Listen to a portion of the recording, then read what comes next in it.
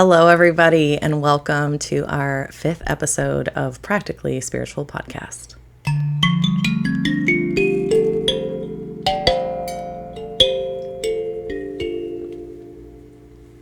So thank you so much, Rion, for this beautiful kalimba intro. So today, everybody, we're breaking away from our Tips for Living Practically Spiritual series for a special offering with my very first guest, Rion Smith, who's a good friend of mine, wonderful music producer, very talented musician, drummer, and just all around an awesome spiritual guy that I have literally some of the most interesting conversations with.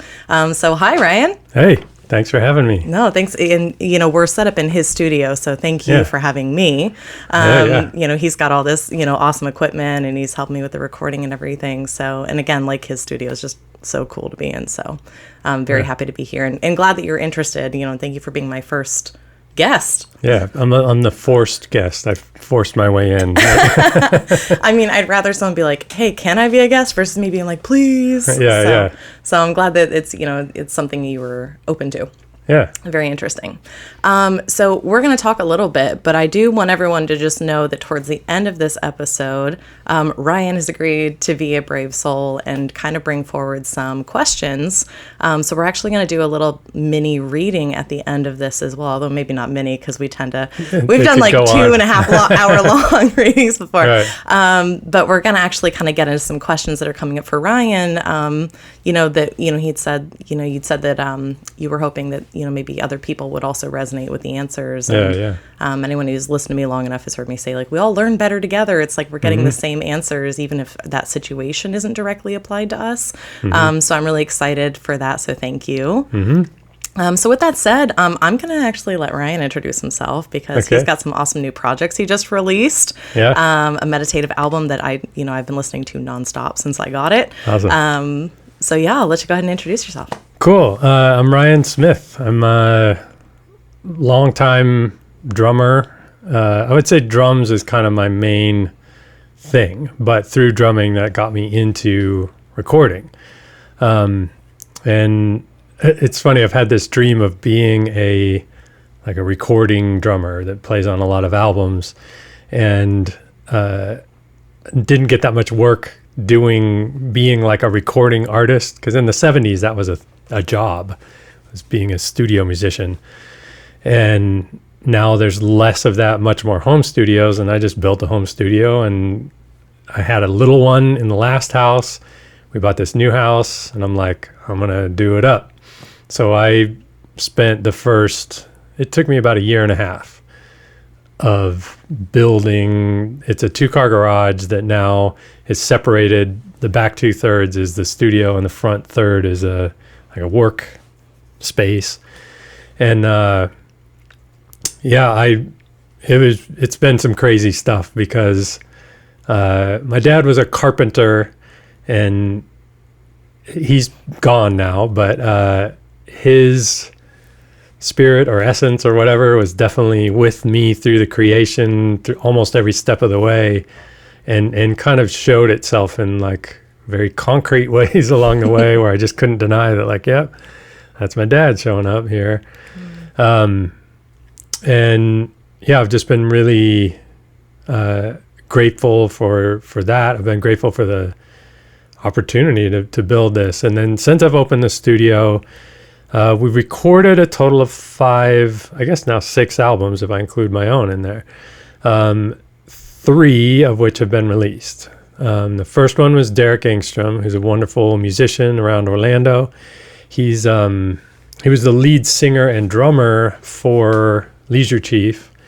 And I came to him and I'm like, hey man, I'd love to do your album.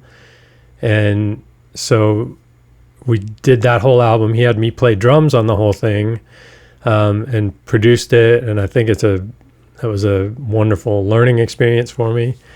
And then Juna Sarita, who's a Japanese bass player who just happened to be here at the right time and meet the right people. Almost synchronistic. Yeah, totally. Which with her, it was crazy because I was learning bass. Someone had given me a bass and I was learning it. And so this Japanese girl pops up on YouTube playing Tower of Power, which has really difficult bass lines. And I'm like, I hate to say this, but I clicked on it thinking this is going to be terrible. I honestly did. I'm like, this is going to be terrible.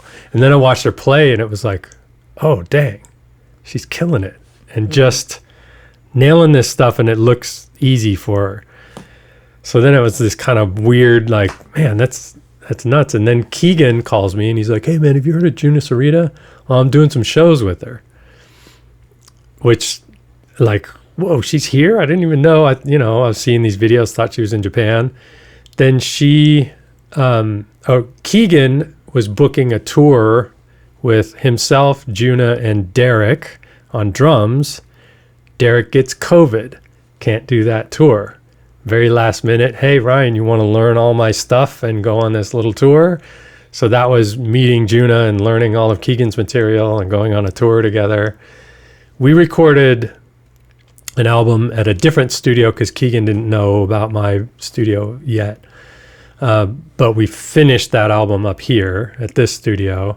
We're working on that one. So that one actually was recorded first, and the other two Derek's and Juna's have been released, but we're still like finishing up Keegan's. It's just, I don't know, that's the way it goes sometimes. So funny. And then Keegan had another full album that was recorded here, and then I recorded my kalimba album, which just got released. And that's the instrument you heard at the beginning. So this is me. That's just it next to the microphone. But it's an electric kalimba that has an electromagnetic coil in it, which I learned is just a magnet with wire wrapped around it, basically.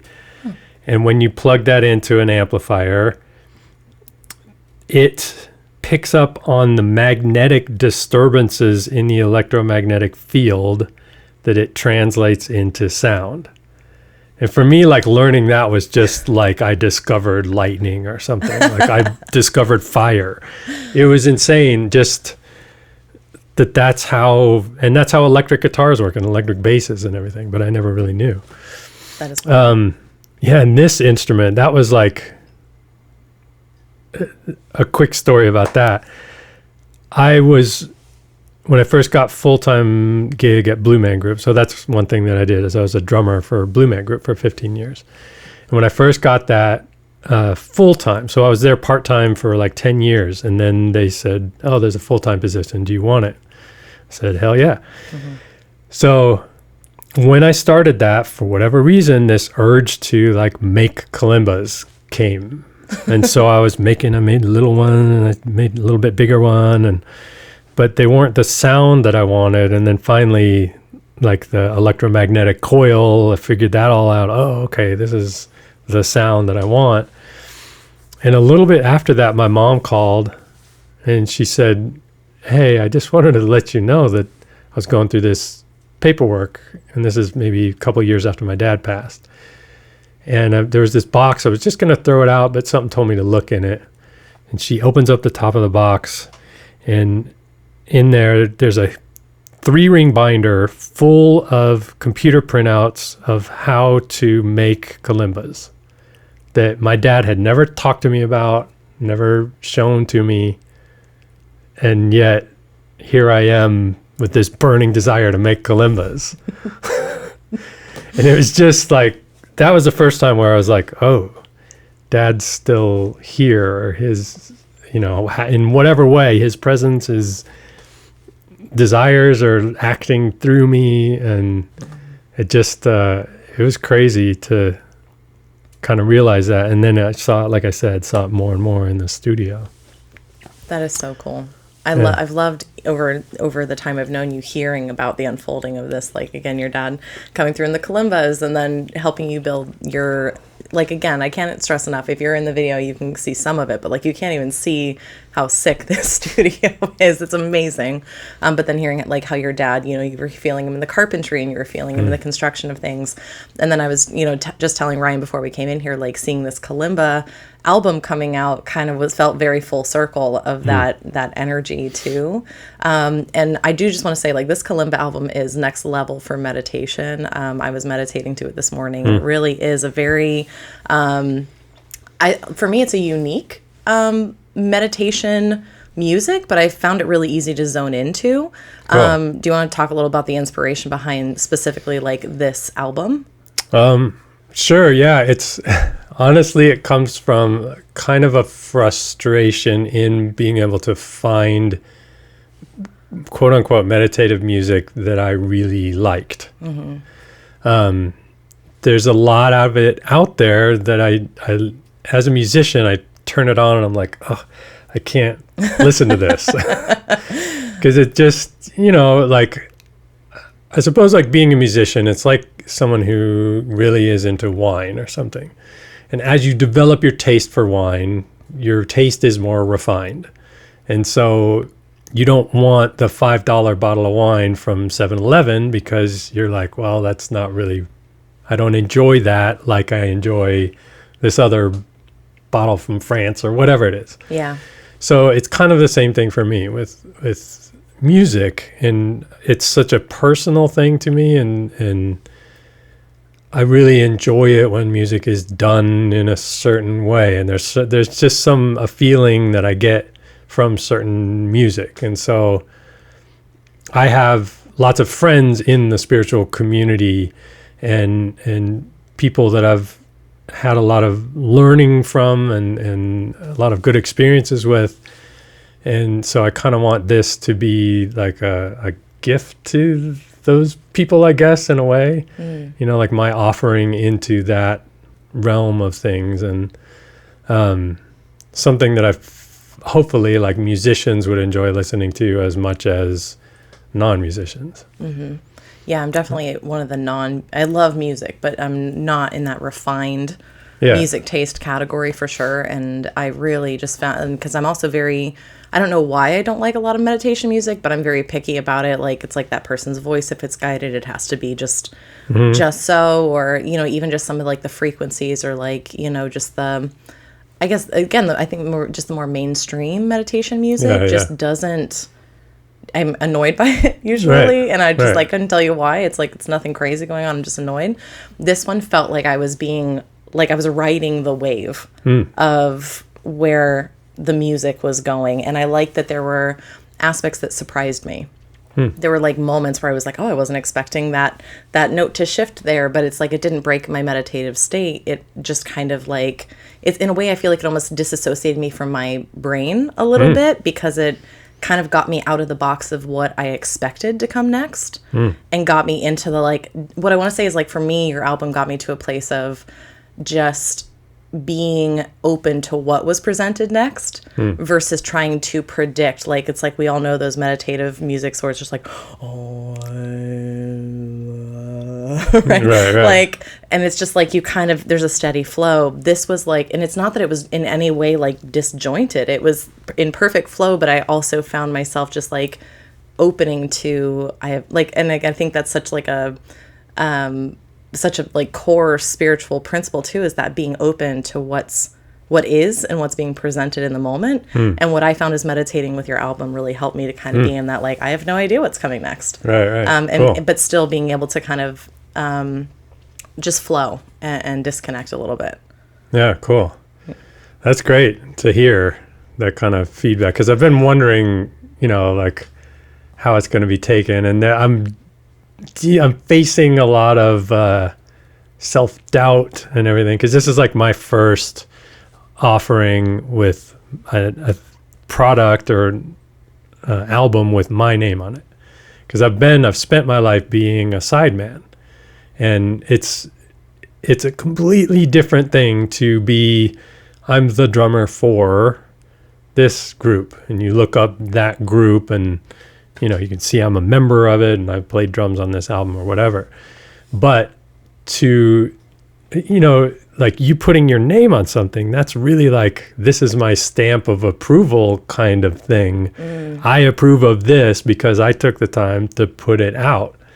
And so it's a lot more like naked and exposed feeling.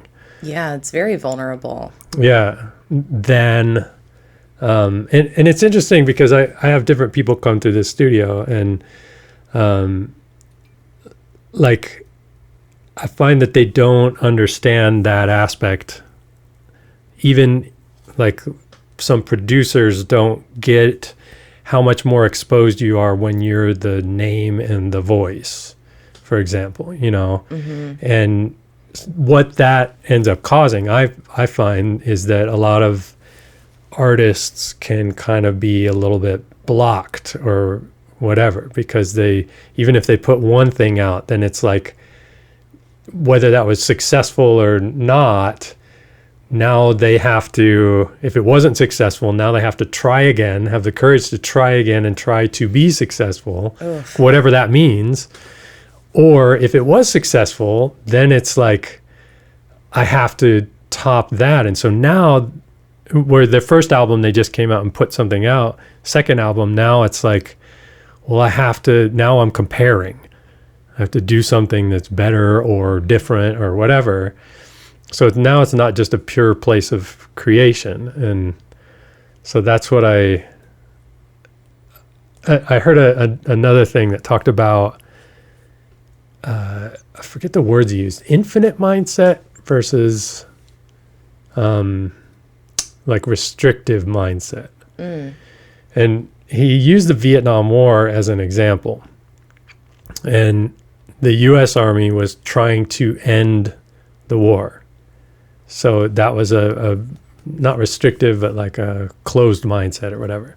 Whereas the Vietnamese people were just going to survive. That's all they were trying to do. So survival is an open-ended, infinite concept. And he's like, infinite mindset is always going to win over a closed-ended mindset. Yeah. And so that one just hit me. And so then I was thinking about that, like with, I just released this album. Well, how does that apply? And if I am looking for success on one album or another album or whatever, that's a kind of like, if I don't achieve success on this album, then I've failed, and there's all this stuff that comes with it. Whereas if I see it as the first of many, I just want to keep producing albums, then that's an open-ended mindset. If I make one that doesn't do well, then whatever, I'm making more. You know, it's just another thing that I did. Yeah.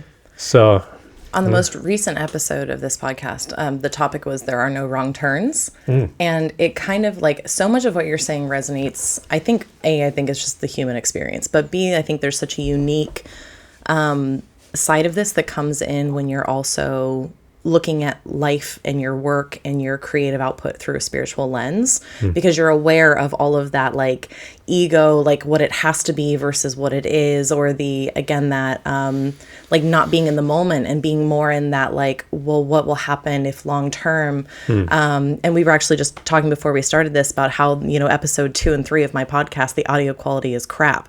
Like, but I was learning, like I've never done this before. And the first one was like crystal clear. And then I've had several people come up to me and be like, hey, you know, the audio was kind of like crappy on those. And like my ego hurts every time because I want to put out something good. I want it to be something. And then I go, oh my God, someone's going to get to the second episode and be like, oh, this is garbage, and never tune back in. Or again, that like my podcast as a whole is a failure because there's a couple episodes where I'm troubleshooting and getting out of that perfectionist mindset of like, look, like, and I think there's so much of a surrender too, to like, if there are no wrong turns, like that, if that's a flop, it's a flop.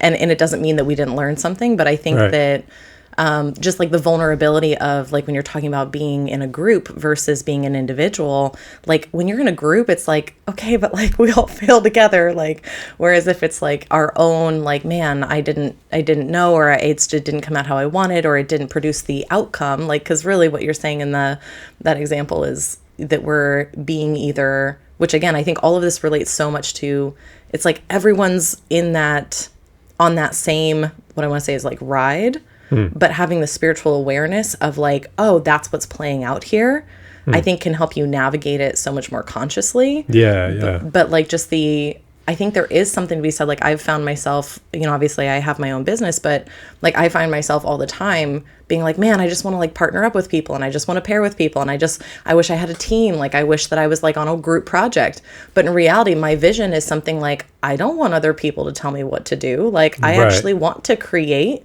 what I feel inclined to create without necessarily having to check it with other people. Right. And there's a safety. I resonate with that. There's a safety in saying like, okay, but like I don't have to necessarily just trust my own instinct on that. Like there are other people that will like be the voice of reason or will tell me that I shouldn't go that way. And again, there's something about like, I don't have to take full ownership and responsibility for the outcome, no matter what it is. And like so much of the spiritual journey, I think the hardest part is releasing ourselves from outcome and being in total surrender to like just trusting that gut instinct, trusting that what we feel is the right next thing to do. And just being, when you're saying like survival, like it's like, how do I eat right now? Right. Like, where's my meal coming from right now? I'm not thinking about tomorrow. I'm not thinking about the next day. Where's it coming from right now? Yeah. And it's really interesting when you said that, because usually when I think about survival mindset, we view that as a bad thing. Right. Like we're like, oh, that's scarcity. That means we don't have enough. And I do think from like a vibrational standpoint, if we're in a fear survival mindset, but is there a way to be in that survival mindset around our day-to-day life where it's like not necessarily fear-based, but rather just acceptance of now is all there is? Yeah, yeah. And it doesn't really matter how I eat tomorrow because I have food right now. Right. Right? Like that's kind of that balance. That's the infinite now. Mm-hmm. You know, because this present moment is all that really exists. And our mind gets trapped in the future or what if this and what if that, or replaying bad experiences. Yeah. And those kind of always detract and take away. And are you familiar with the Power of Now? Yes, I'm actually rereading it right now because I've been very much in the space of not being in my now. So, right. And so I'm in the process of rereading it. Yeah. Yeah. That one, Yuki and I both got into that a lot. And then right now it's Joe Dispenza's Supernatural, which is, he just has different meditations, different ways to bring you into the now. But it's a lot of like how powerful the current moment is. So yeah, I've been kind of trying to refocus on that. And when I'm like the daunting task of releasing an album. So it's one thing, and that's another thing that I hadn't done. I've finished an album as far as the files, and handed them off. Here's your files. I'm done. I don't have to upload them. I don't have to tell people about it, whatever. I'm done. So now I'm releasing an album. I have to put myself through that process of I'm doing, and it's like, because it's a brand new thing, like I'm familiar with all the steps up into that point. So I'm comfortable there. Now, this is a totally unfamiliar zone. You have to get a distributor for your music. You don't just upload it to Apple Music and Spotify. You have to have a company that you have an agreement with. You upload it to them, then they send it out. All of this different stuff. And then once you've done that, now how do I let people know about it? And I sat here trying to make the announcement video. I probably shot that thing 4 times because I did it once, and then I looked at it and I'm like, oh, I should really clean up my beard. So I go outside and shave my beard. You know, it's like all these little things. Yeah. And then I do it again, and then I listen to it and I'm like, oh, I don't like the way that sounds. It's not engaging, and just figuring out all of those things. And it's just, I want to do them all and stumble through them and be awkward and let myself, you know, it's like I'm turning 50 in a couple of months. So it's really weird to be at a place to where I'm a beginner at this age. Yeah. Essentially, you know, like it's expected that once you're 50, you got everything figured out and you know your life path and you're, you know, piling money into your retirement and things are good, you know? Yeah.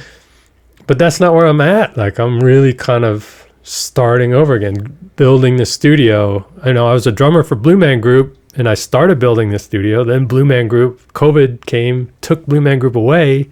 I don't have a full-time job anymore. let me finish this studio up and see what I can do, try to make this thing go. Yeah. So it's a lot of like stumbling into, let me just figure stuff out. Yeah. And so much of what you just said is, again, I think I definitely relate to this, but I think I don't know a single human being on this planet that wouldn't relate to what you just said around like just the judgments that we have over ourselves, again, about where we should be by a certain age, or again, like the, even just, I can't tell you how many times I've also like filmed, or like, I will say I'm grateful that I do readings, because it's like, if I break the reading, then it's not authentic anymore, and I'm not in the flow of what was being said. So like, I've had to post things that I'm like, I hate that. Like, but it's like, I can feel like if I disrupt it and start over, then I'm dishonoring the original message. So I almost feel like it's a benefit to have spirit kind of like, we said what we said. Like, your hair doesn't matter. You know what I mean? Like, it's kind of like I've had to just post things even if it wasn't, but I still find myself going like, okay, I'm going to film a video today. I have to make sure like everything's perfect, and I'll like make sure my hair's sitting the way I want it to, but there's someone's judgment around it. And it's funny because I think it's the stuff that we're the only ones that would really be that critical of it. But there's just so much judgment again around, I can't tell you how many times in readings I hear like, I'm this old, is love ever coming? I'm this old, and it's like, we really have all these societal narratives around these expectations. But I think most of the time, not to say we don't have some from the outside too, but most of the time we're the ones that are holding ourselves to those judgments, whereas someone else would never like I'm sure, like, you know, I can only imagine that, like, I know for me, like, when I'm making videos and stuff, and again, one of the reasons why I like kind of sit down and I go, like, I am not, like, we talked about, like, well, if we need to cut the podcast and, like, move, I'm like, I hate doing that, because then I'm second guessing everything. And if cutting out what I don't like is an option, then I'll find myself, like, I will edit something until it's death. Like, to death. And then it's like, that doesn't even really feel authentic anymore, you know? So, I don't remember where I was going. Oh, judgments. See? Yeah. But like in my mind, I'd be like, oh, I just sound like I didn't know what I was talking about because I trailed off and like lost my train of thought. My temptation is to cut that. Right. But in reality, that's real. It's real, and it's human experience, and that's what happens in conversation. So why shouldn't it be happening in and I think especially in our professional spheres, like we feel like we're supposed to be like, you know, subhuman, or not sub, other direction. Superhuman. You can tell it was a Freudian slip of how I really feel. But like, you know, but I think there's so much beauty in being able to say, like, if I give myself permission to be that flawed, and not even flawed, like just human, like the idea that we were ever supposed to have anything together or figured out. But I think that beginner's place is where we get the most judgmental on ourselves, and are most likely, like they always say, the first few steps are always the hardest. And I think it's because of that judgment we put on ourselves to know what we just don't know right now. Yeah. And that to be grace. Okay being a beginner, and to be okay, like, oh, this is my first album. Yeah. It was so hard for me to like not want to over perfect it. You know, because I could sit there and I could open up all those tracks right now, and I could listen to them and go, oh, I need to, you know, and try to overdo this. But then the fact is, as it is, people are enjoying it, and they aren't hearing the imperfections that I'm hearing.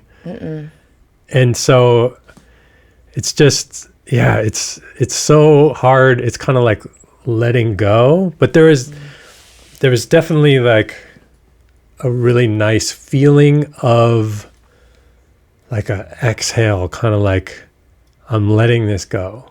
And so I can just, now all I have to do is promote it or whatever, but the tracks are uploaded. There's no turning back now. Yeah. You know, and that, you know, you saw me on the Finish It February. Yeah. You know, so that was something I was trying to do, and I realized that it's not just a month that I'm going to need to do that. It's more of like an overall attitude I'm going to have to take of getting things done, getting them all the way to the finish line, and then just kind of like letting them go. You know, doing my promotion, doing as much as I enjoy, I suppose. Yeah. But getting to that point of where, like, because I'm feeling, you know, before like releasing that album, there's this kind of feeling of like emotional congestion comes to mind, and it's almost like creative congestion, I think. Yeah. because I know that there's all this creativity that can come through me and that's like just waiting. But there's so much junk in the pipeline of stuff that's like finished, and I'm kind of holding on to it because I haven't released it yet. So there's all this stuff that it's like either I have to abandon it and just say like those are never going to see the light of day, or I need to go, okay, these are as good as they're going to get, or maybe just tie up this, tie up that. Okay, release it. Yeah. When I get really stuck in the, this, for me, it feels like there's so many things going on that it, like I intended to do the Kalimba album, and then I'm doing this and somebody else is asking me about that. And my mind, it just feels fractured, and it's not like, I suppose there were some days when I would see Kalimba album on my to-do list and I wouldn't do it, because I felt like this or that or whatever was more important, or I don't know. So that's something that I'm really kind of working on, the mental health aspects of being an artist. Yeah. Lots of journaling and lots of, trying to get to that point to where there's just a steady flow. I think all the artists that I love, that's where they are. And that they put out albums and albums and albums and just kind of, and maybe I don't even love all of their albums, but I love enough of them that, the ones that I didn't like, it doesn't matter. And maybe I'll come back in a couple of years and I'll like that one or whatever. But yeah. And there's a couple interesting points in there, because you're saying like, oh, they have a couple that maybe aren't my favorite, but it doesn't mean that I completely abandon that artist and don't see their talent. Right. And yet we hold ourselves in the box of like, if I mess up once, like no one's they're all going to think we have that imposter syndrome that comes in, Yeah, yeah. And I also think like, I don't know, for me at least, so I've been trying to put together a tarot course online for a really long time. And I've literally filmed this course probably at least 3 times. Like the whole thing? Most of it. Most of it. And then I go through and delete it all. But I notice like when I'm like, because for me, there's something around showcasing my knowledge, and I'm very careful about not like putting out what I think to be what my viewpoint is. Like I struggle sometimes with sharing my personal viewpoints and opinions as what I want to say the truth that they are for me, out of not wanting it to seem like I'm trying to impose them on other people.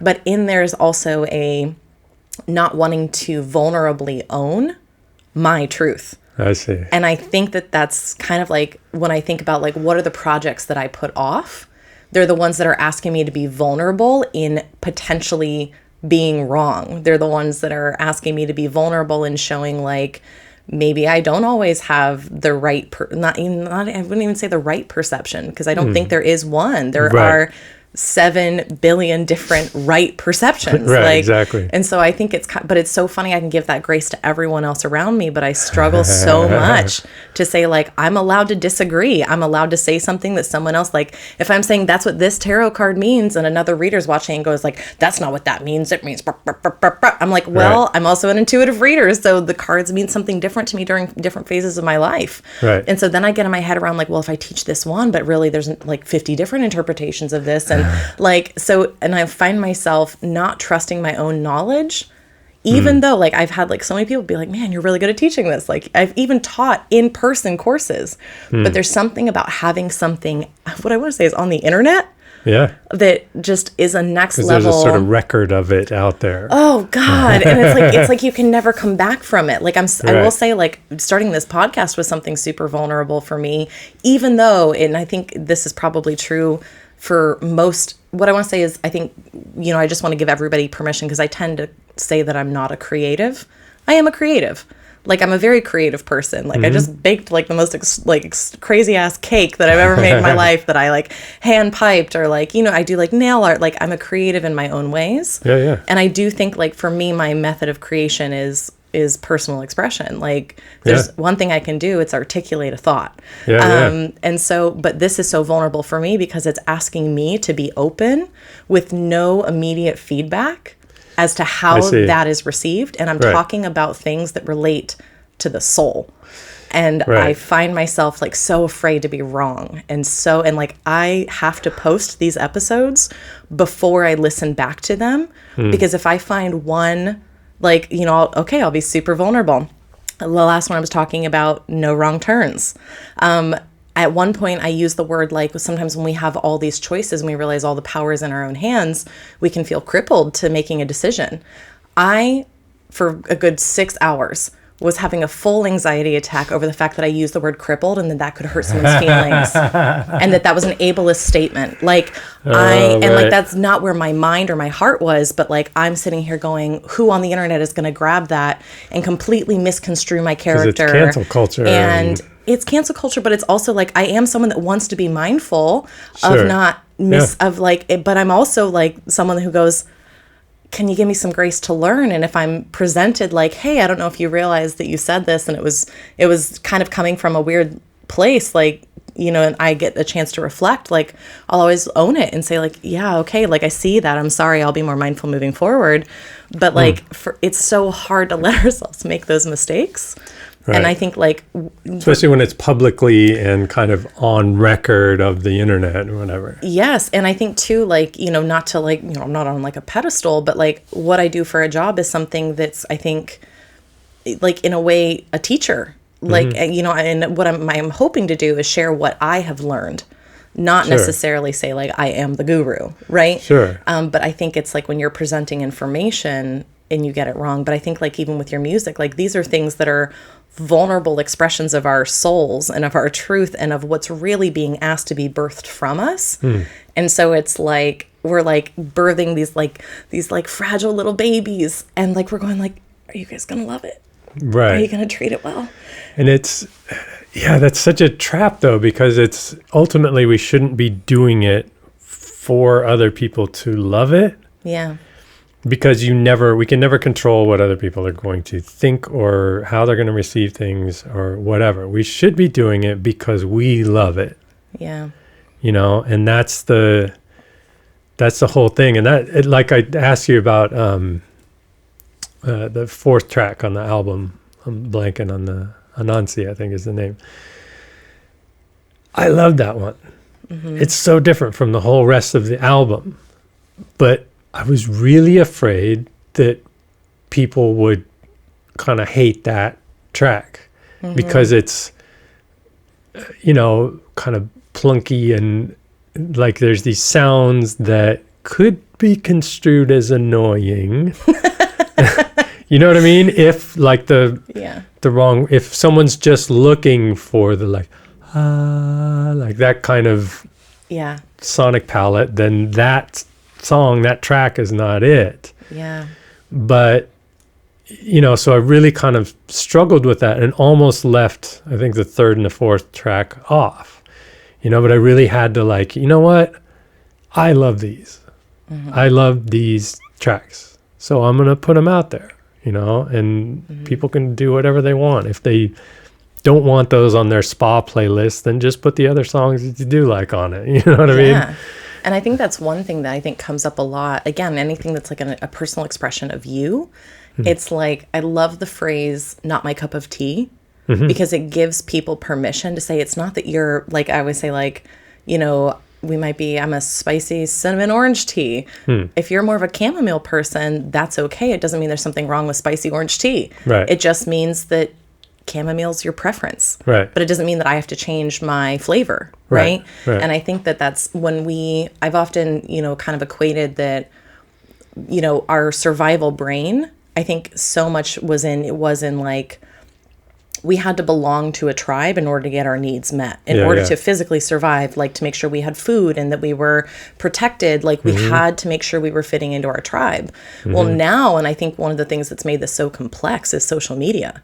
And like, what does it look like for us to feel like we are fitting into a tribe? And where does that, even if it's not necessarily the case, fit into our safety survival mechanisms? And so I think like when we're putting this out, it's like if they don't like my music, there's a part of us that's like we're saying we shouldn't do it because for other people. And I don't think the initial like spark of inspiration is ever for what other people want. I think it's just all of that work that comes in as you're getting ready to be seen and to be vulnerable. And that's when all those fears of being pushed out or canceled or ostracized or not being good enough come up, because there is a part of us that I do think connection is survival.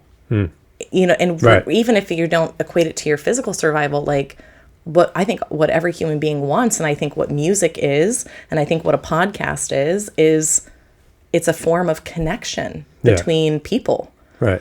And so like I do think it's such a vulnerable expression, and I think the beauty of being a spiritually aware person in that, on that particular path, is that you get to see all of that come up. And I do think your soul's work will be the thing that triggers you into the most expansion and growth and healing.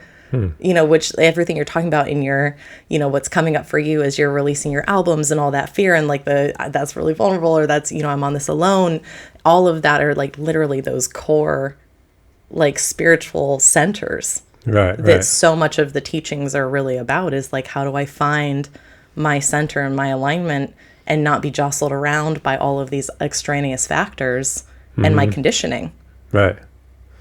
Yeah. It's crazy that like your hands went down here, you know, the root chakras or the bottom three. And that's an aspect that I'm working on in my drumming as a drummer. I'm finding that when I don't sound good, it's when I'm not like rooted into my seat, and I'm holding all the musculature up here, and I'm not really like anchored down into here. But when I can play something and I'm anchored, then all of this is, the upper body is loose, and I see it in other drummers that I admire. You know, I can tell just by their posture and the way they're moving. And it's something that, again, this is a kind of like the wine tasting, you know, like if you were to look at this drummer versus that drummer, might be like, it sound pretty much the same, you know. But for me, it's like, oh man, this guy's got it. You know, he's tapped in, and it feels like you're like connected into the earth kind of thing to me. When a drummer is really in there, the groove is so deep that it's like you're rooted down into the earth, and the gravity of the earth is holding your groove from, no one's going to knock it off of its center, you know? Yeah, which is our sense of, again, safety. Right. And I think it's interesting. Like, I think I mentioned to you the last show that I saw you play that you literally look like you're meditating now. Like, you just, like, your eyes are closed, and I can just tell, like, you're just so in your own body with what's going on. But it reminds me of, like, and one thing I'll share is before every single reading I do, the very first statement I make when I go into, like, my meditative space to tap in is I ground and center my own energy. So, because I think that safety and rooting in is the key to allowing all of our other energy centers to be safe enough to open. Like, when I think about it, it's like Spirit will always give me the analogy of, like, we're like, why can't I, like, get this project going? Why can't I, like, do this? And I feel like I'm not connected. And they're literally saying, you're asking yourself to study biology while you're being chased by a lion. Like, it's like you have to find, and even if that safety is something that's actually, what I want to say is, I don't think, so there's science that says, like, the brain doesn't know the difference between a real or a perceived threat. Right. And so, like, if we are in a survival space, which is why the healing work is so important, because what it does is it allows you to clear out the gunk that's got your nervous system constantly in that fight or flight survival place, right? But I think, like, a lot of us will think, like, maybe get frustrated because we're not just living in that space all the time of being safe and grounded. And I think it's just a continual practice of like, oh, I'm noticing, let me like, find that place of safety again and again and again. But then that's when we can connect. That's when we're going, my physical body is safe, therefore my energy can be used in other places. And I don't have to be, if you think about it, like losing yourself in the music comes from, I don't have to be on guard about my surroundings. I don't have to watch for who's coming behind me or who, if there's a lion in the bushes or like, in my mind, it's like, what is such and such gonna think of what I just played? How am I being perceived? How am I being perceived? Yeah. And it's a completely like mind-made threat. But if the nervous system, and this is something like I've been going through this for years with my playing music, I realized there was a time when I was in Blue Man Group and I was in Sam Rivers and I was playing 4 or 5 nights at Tanqueray's, and so I was like gigging all the time, and I was really hitting burnout. And I was realizing that every time I'm playing drums, I'm in fight or flight mode, like heavy fight or flight mode, very shallow breaths. I'm tensing up my whole upper body and my shoulders, and my body was just like, give exhausted. me a break. Yeah. So I'm still sort of curing myself from all of that. But I feel like I'm kind of like making headway. Yeah. And it has to do with everything that we're talking about, Yeah. and getting those root chakras and feeling secure, because then when you feel like that, I feel like, and I don't know, I haven't really talked to the musicians that I play, but I feel like other musicians can perceive that. And I've had a few examples recently where I played with musicians who I don't often play with.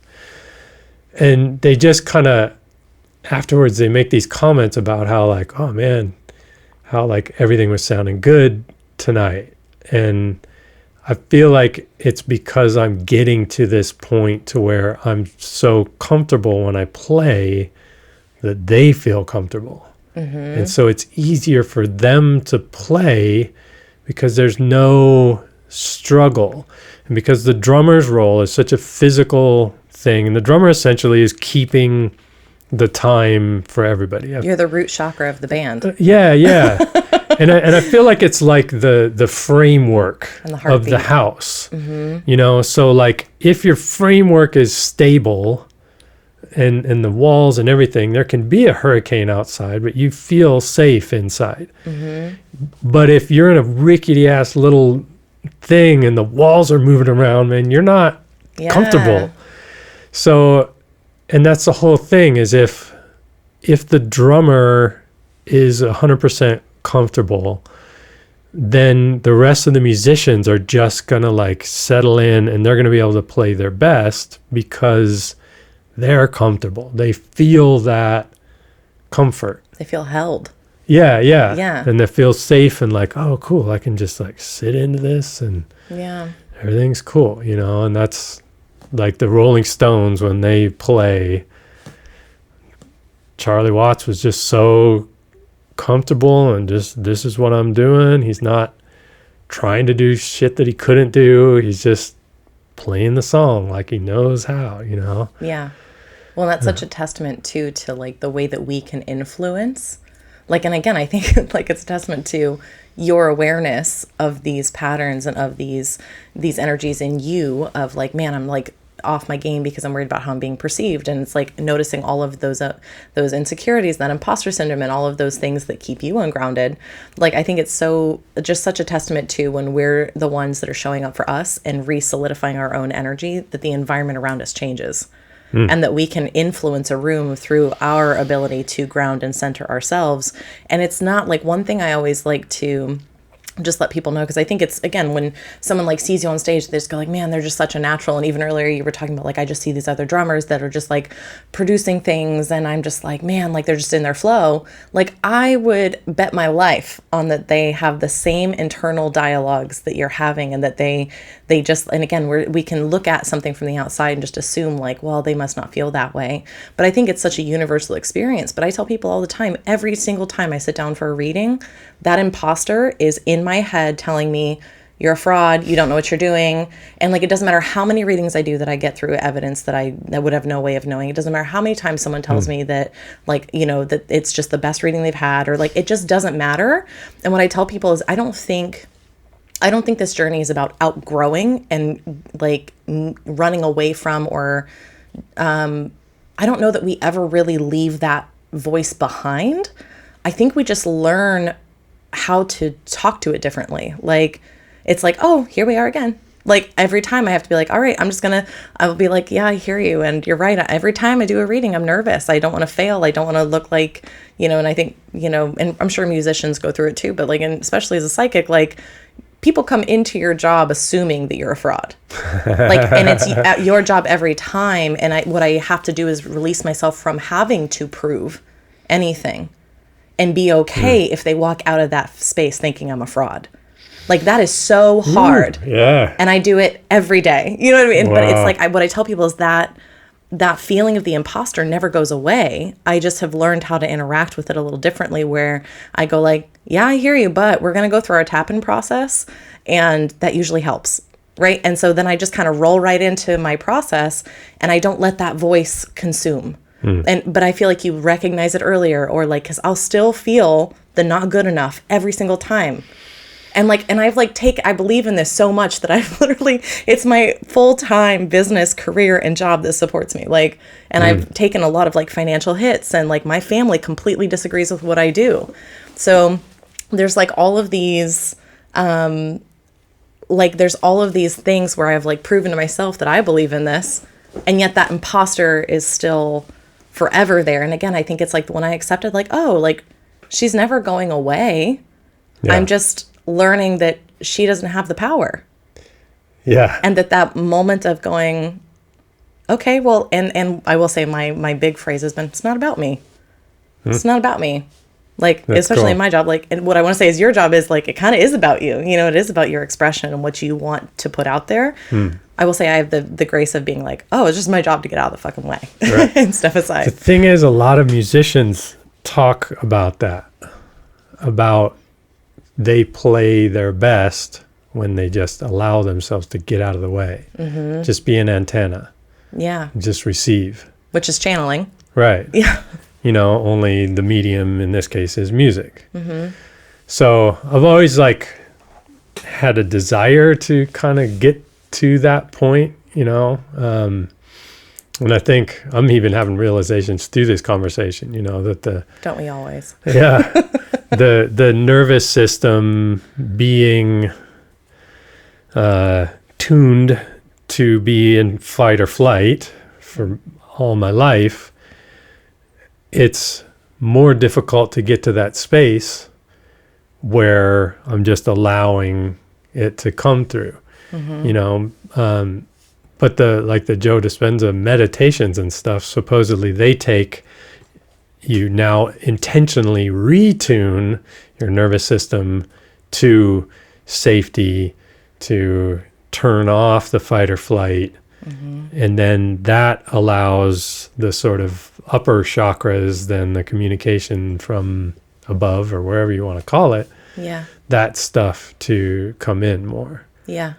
And again, it's like literally like I'm not going to be paying attention to what's on the radio if I'm being chased by a lion. Right. You know, but it is interesting because again, I think it's just the benefit is I think you can stay in those states of open receptivity longer and get into them a little bit easier. But I don't know that we ever like completely outgrow. Like one of my mentors, she's definitely in like the crone stage of her life, like very, what I want to say is just like the epitome of wise woman energy.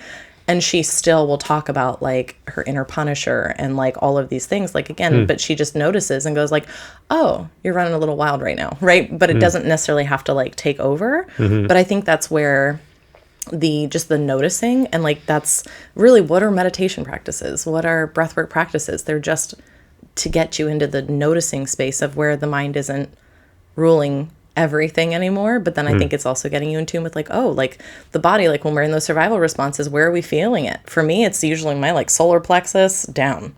Like it's that lower 3 chakras where I'm just like, Yeah. and if I'm tight there, like I'm not, and that's why I think so many meditations are like, come to the heart, come to the heart, because that's like literally the center. Right. I think the heart is like the space between the physical and the higher.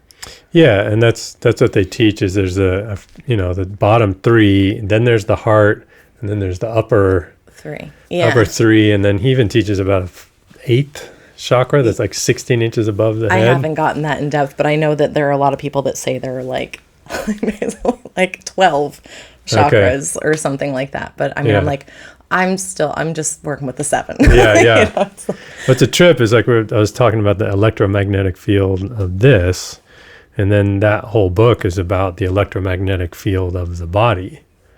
You know, How and interesting. and the heart is an electromagnetic field producer. And so when the heart is the most open, that's when your electromagnetic field is the strongest. Yeah. Which is interesting considering the experience you just shared of like noticing how when you're in that place where you're centered, you're grounded, when you're drumming, you notice the entire set and all of the players come into resonance with that electromagnetic frequency that's coming from your heart space. Right. Really cool. So yeah, I think, and I haven't really, like I said, I haven't talked about that with other musicians directly, you know, and who knows, they may not use the same terms or whatever. But, you know, people know when they feel good, and people know when, like, you know, especially if the drummer is in tune, then like the music just comes out kind of thing. Yeah. For everybody. So Yeah. Well, and again, I think it's like there's a certain degree of structure we all need in order to feel safe. And you're right, the drums are the structure of the set. So that makes total sense. Yeah. Well, so what I'm thinking, since this episode's gone longer, but I loved this conversation so much, I think we're going to break this into a part 2. Okay. And so the following episode will be just the reading Right. that Rion is so graciously letting us put on blast for everybody. But this conversation is just, you know, I just love hearing how it all plays out through different lenses. And I think it's like we may not all be musicians or readers, or like, you know, we may not have that same background or that same life circumstance, but so much of the energy of like the self-doubt and the, you know, putting what our heart's asking us to, you know, bring out into the world is so vulnerable. And so thank you so much, Rion, for being here, or I guess for having me here. But you know what, Rion, thank you for being here. Like, and when I mean here, I mean incarnate. The world, you know, I know that sounds so cheesy, but I really do. Like, there are certain people I'm just like, I'm just so glad you came down at the same time. Like, it just makes my life better. And me too. Thank you so much. Yeah, these conversations are always just so good. So I'm glad that we got to share it on a larger platform. And thank you for the kalimba.